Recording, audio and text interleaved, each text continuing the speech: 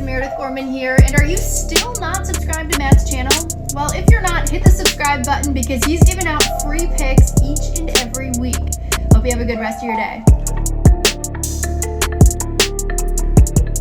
We are back in London, guys. UK, yes, UFC London Fight Night card, not a pay-per-view.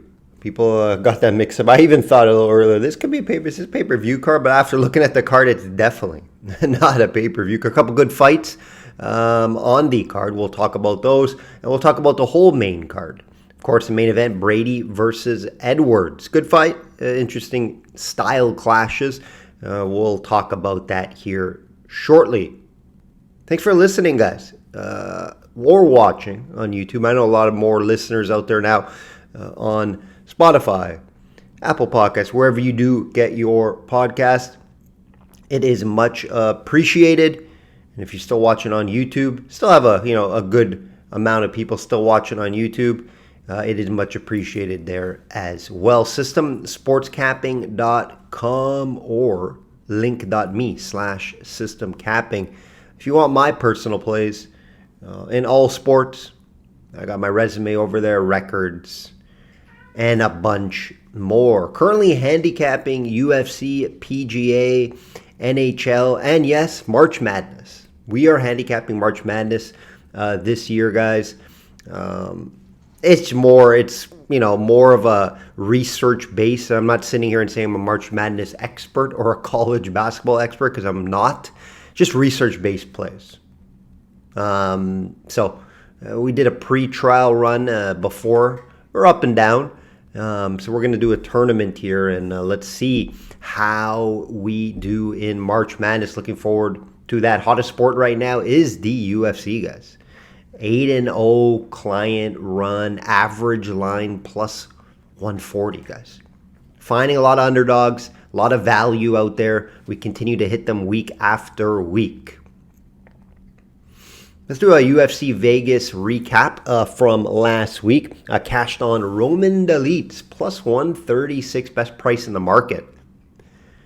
Also had the fight to go the distance and a 2-fight parlay that cashed as well. Ton of value there, right? I told you guys on the podcast, the Vettori questions, off the injury, he looked rusty. That's exactly what happened. Long layoff, a year and a half, if I recall, and he just looked rusty. Didn't really go for it, just kind of stood there, and Dolidze took advantage. Dolidze just looked like the fresher fighter that's been in there more often, and he has been more active. So good win for Dolidze there in the revenge spot. Not sure what's next for Vettori, right? Not sure where he goes from here, but he did not look great. We also cashed on Blackshear by submission, plus 260. If you guys were listening carefully last week, I gave that out as well. By submission, plus 260 on Blackshear. Nice cash there. 11 submissions for the guy now. Very underrated submission game. And Gibson now has been submitted 5 times, right? So when you see guys getting submitted, anywhere from 2 and up, you got to start looking, okay, their ground game is not as good, their grappling game, their submission defense is not that good. Let's attack. If the other guy, is good submission, good grappler, it's live because you're getting at good plus money, right? And that's exactly what happened. Blackshear he got it submitted in the second round. He actually got him in the first multiple times in dangerous positions, but wasn't able to submit him in the first, got him in the second. Derek also cashed on a 2-fight parlay, 3-0 card. For myself. Looking to continue the streak this week. Let's continue the streak. Shop around, guys. Shop around. We'll get right into this card. Have multiple sports books. I can't stress that enough. Like, for instance, Dolidze. I got him at plus 134 or 36. I can't recall right at the top of my head. If you look around the market, there's plus 125s, plus 130. I was able to get the best. I think it was actually FanDuel that I got the best price out there. Have multiple books as they vary from book to book to book to book. It's rare you're going to find a book with say you look at 4 books. I'm not going to say they'll all be different prices. I would say 3 out of the 4 would be different prices. So very important, guys, when you're betting on sports, Not even full time. Just even if you're a casual bettor, you should have access to multiple sports books. Let's get into the main event here. Let's get into the main event.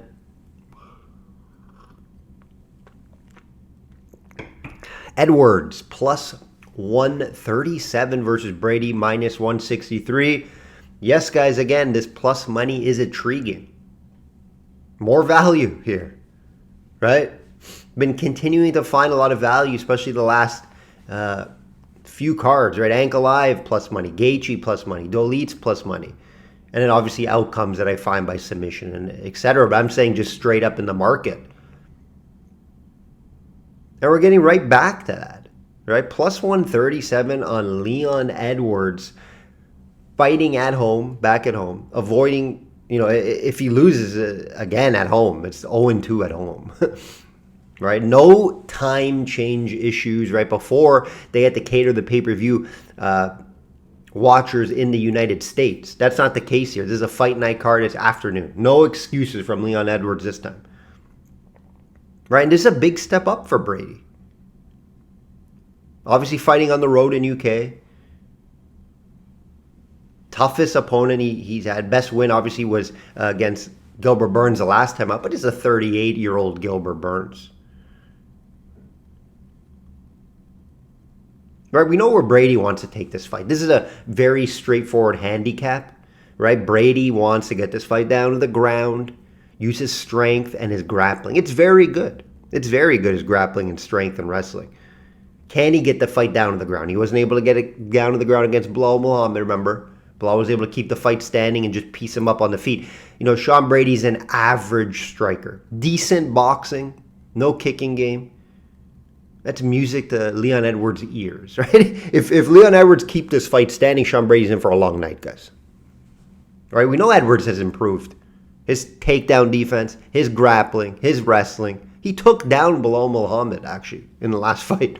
Even though he lost that fight fairly clearly. He actually took him down and was grappling. Leon Edwards is a good MMA wrestling and grappler. Not great. Brady is better. And Brady also, that strength is where, you are a little worried, right?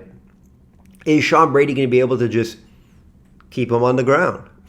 Out-grap him on the ground, use his size and strength. We've seen it before with Usman on Edwards, and that was a more while ago, right, in the first fight. And then we've seen it with Bilal as well. Right, but huge levels of striking difference here. Leon Edwards is a much better striker, so he's going to have huge advantage here. He's going to be able to try to catch Brady. We've seen Brady hurt multiple times, right? Bilal finished him on the feet. So that's the battle here, right? Leon Edwards keeping the fight standing. Brady trying to get the fight down to the ground in his world.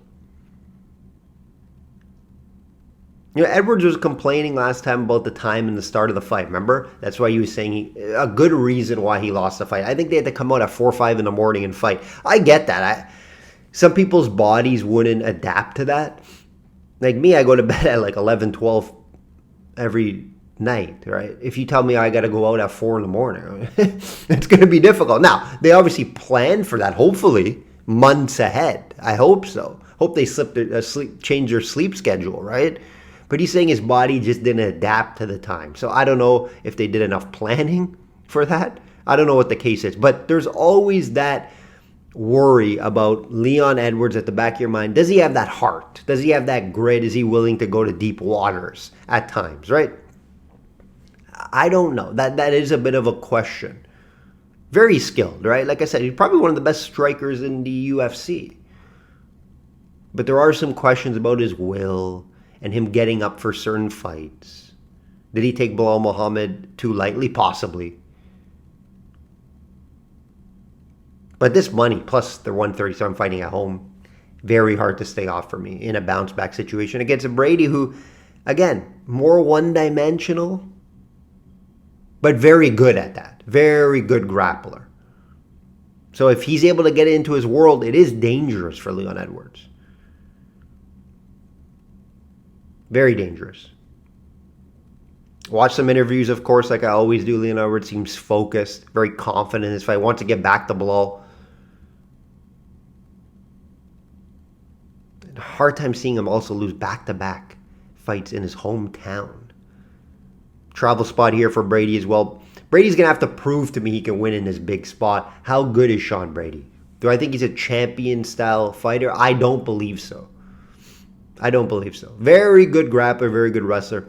Can he hold Leon Edwards down when he gets to fight down there? Time will tell. Love the plus money here, though, on Leon Edwards. Another plus money main event may make my client card this week, guys. Blachowicz plus 225 versus Alberg minus 275. More value, guys. What can I say here?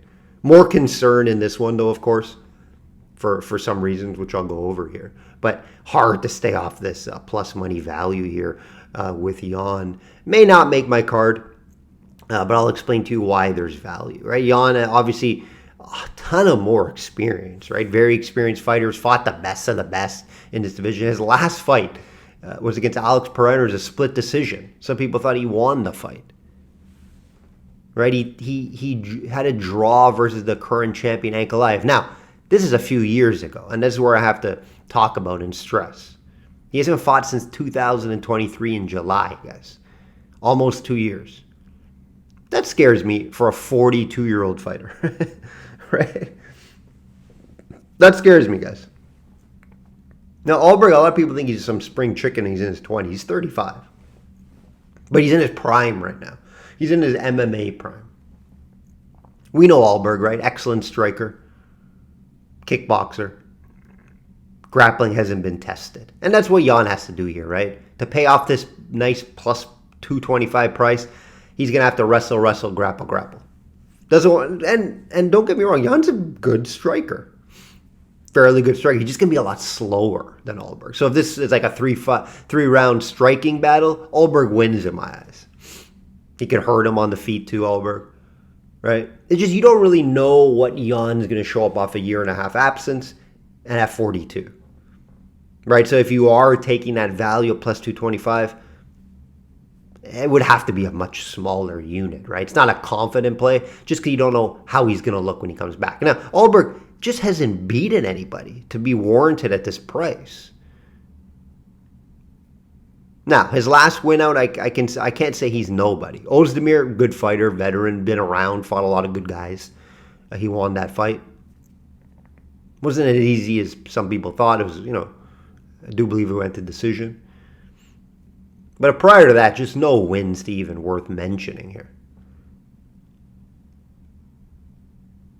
Right, I'll mention them just in case you guys were wondering. Don Woon Jung. Menefield. Those are the two best wins. So, none of these guys are trying to wrestle or grapple. Jan needs to do that to win this fight. Now, could Jan wrestle and grapple for 3 rounds at 42 off a year and a half long layoff? I don't know about that. Right, so there are concerns here, obviously. That's why you're getting plus 225, guys. Right? There are concerns on the Jan side. But definitely value there. I cannot bet Alberg at this price. There's zero shot. Even if I think I lean his way, you just cannot bet him at minus 275, guys. Too dangerous of a fight, too much of a step up in competition and resume. Again, concerns with Jan. I'll probably be totally staying away from this. If I do, it'd be very small unit on Jan. Probably like the over in rounds too. Jan's very difficult to finish, right? So I can see this going over 2.5 rounds, even maybe fight goes the distance. Nelson minus 125 versus Kevin Holland is back, plus 100. I was gonna say, I look at these. Both these guys are just totally opposite, right? Kevin Holland always fighting, just fighting for paychecks, in my opinion, at this point of his career. And Nelson just never fights, just like Jan. Over 2 years, he hasn't fought. Nelson, right? So again, you don't really know how Nelson's gonna come back and look. Holland's just very active, but he's just not fighting well. 4 of his last 5 fights he's lost. Now, higher level competition, he's fighting good guys. Obviously, Holland does have the resume advantage here. But there are concerns, right? Concerns with Kevin Holland. How focused is he? I believe he's just doing it for the paycheck. right? Get his new car, get his new jewelry, etc.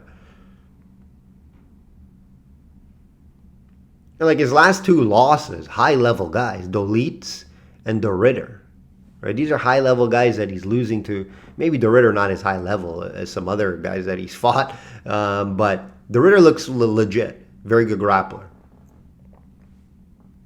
Nelson coming, his resume compared to Holland just is night and day difference, right? A little bit older now at 36 as well. Does have a lot of submissions on his resume at 13.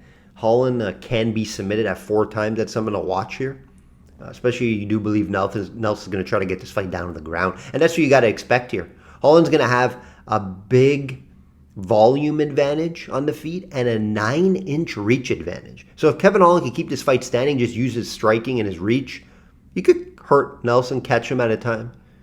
Is he going to do that, though? Right? You never know what Kevin Holland's going to do. But I expect Nelson to try to get this fight down to the ground. We know Kevin Holland's takedown defense is not good, guys. So if you're going to take a shot on Nelson, you probably play a submission prop, get a good price out there. But hey, I could see Kevin Holland winning this fight as well. This fight I'll definitely be staying away from for my client card, of course. But it's a flip of a coin. You don't know how Nelson's going to come back. Very random fight, right? Couldn't guess that matchmaking if I had a million guesses. Molly McCann, plus 150 versus Brazilian fighter Tianara, minus 175. Of course, you can't have a London card without Molly McCann on it. She's on every one, I believe. Right? They tried to build her up, didn't work too well. Her skill set's limited, right? That's the problem with Molly McCann. Tons of heart, decent boxing. But, she has 3 losses in her last 4, guys. A couple of bad losses in there against Storylanko. You don't want to lose that fight. Bruna Brazil also lost last time out. Her opponent, making a debut. So I don't know a ton about her. I watched some tape. She seems well-rounded. Looked at her stats as well. Seems like she likes to wrestle. And Molly McCann has some of the worst takedown defense in the entire UFC at 38%, guys. Right, so if the Brazilian just focuses on the wrestling, get this fight down to the ground, Molly McCann could be in a lot of trouble. We know Molly McCann's going to come out, fight for her country like she always does, guys. Right? She could get, into it and could get going and win because of that. And this is a girl making her debut. 11-1, nice record, but she's making her debut on the road. So that is concerning. It's not a huge price at minus 175, but you're taking a risk with this fighter, even though I do believe she's the better mixed martial artist all around. Right? If these two fought 10 times, I believe she wins 7 of them. But this is on the road in UK, making her debut against some Molly McCann, who's going to be pumped up for this fight. Not a fight I love. I'm going to lean the Brazilian here for podcast purposes. Don't believe it will make my card, as of right now at least. Duncan, plus 130 versus Vicenic, minus 400. Interesting price here. I like Vicenic, but lost in his debut fight. Duncan, a lot more UFC fights, 3-1 in the UFC. It's a little confusing, the price. I do believe Vicenic should be a favorite, but not 4-1 here, guys. 2-1 maybe at most.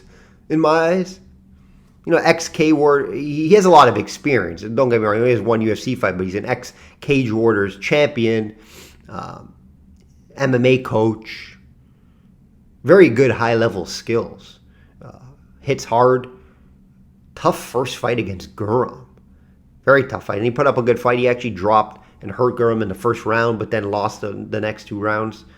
Duncan has been fighting very low-level guys. Some nice wins, decent wins. He's just a ton of heart is what I see from him. Not a ton of skill, just a ton of heart. Continue to come forward. Vucinic, I do believe, will have the better striking. Could hurt Duncan. We've seen Duncan hurt before in fights. So I do expect Vucinic to win this fight. Just the price is terrible here, guys. It's terrible. Is he going to finish him? Possibly. But, you're taking a little bit of a shot there. Like I said, Duncan. Grinder. He's a grinder. And it just, tough to see Vucinic losing 2 in a row here to open up his UFC career. A lot of people were high on him coming into the UFC. So I do believe he wins this fight. Just very difficult to get to this price. Opening up the main card, Nathaniel Wood. UK card, of course, Nathaniel Wood's on it. He's a guy just like Molly McCann. They're on every US card. Versus Sherrier, -163. Good fight here. Should be a good fight. Striking battle. I wouldn't be surprised if this stays on the feet for 3 rounds. I feel there's some value here on Wood at +137. I expect this to be a very close fight, though. You can see this split decision go to the judges type of fight. Right? So you don't want to be heavily invested into this because I do believe it could go either way. But there is some value in Nathaniel Wood at +137. Both guys have won 3 of their last 4. I think it's a good matchmaking here. Wood with a slightly better resume, and he's fighting at home as well, right in front of his crowd. And what I also do like, he's going to have a volume advantage here in the striking department. Sherry doesn't throw a ton, which is concerning at times. And Nathaniel Wood can, and he actually could mix in some wrestling as well. Hard to not take a small unit shot on Wood. Like I said, it might be a close fight. I like the over 2.5 rounds fight to go the distance. It's something to look at as well. If you don't want to play a side here, but definitely value in Nathaniel. I have this more at a pick'em fight, so I definitely see some value here. That will do it, guys. That will do it. UK cards always fun. We know the crowd's always pumped up for that. Great crowds over in the UK. Decent card here. Nothing too exciting, but we have some good fights. Not pay-per-view level, of course, and that's why it's not. It's a fight night card, guys. Keep that in mind. Interesting to see how Leon Edwards bounce back, and a few other guys as well. Like I would say, guys, bet smart and know your limits. Enjoy this card.